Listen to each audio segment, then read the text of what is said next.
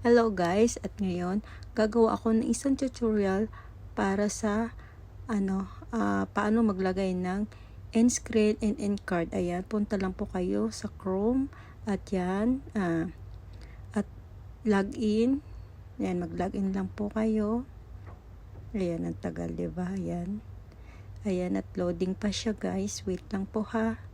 At ayan, ayan yung videos. Si videos ba yan? Ayan, go to videos, basta ano nyo na lang yan.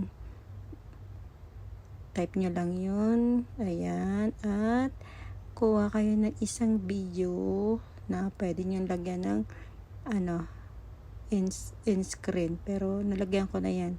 Sample lang yan guys ha. Ayan.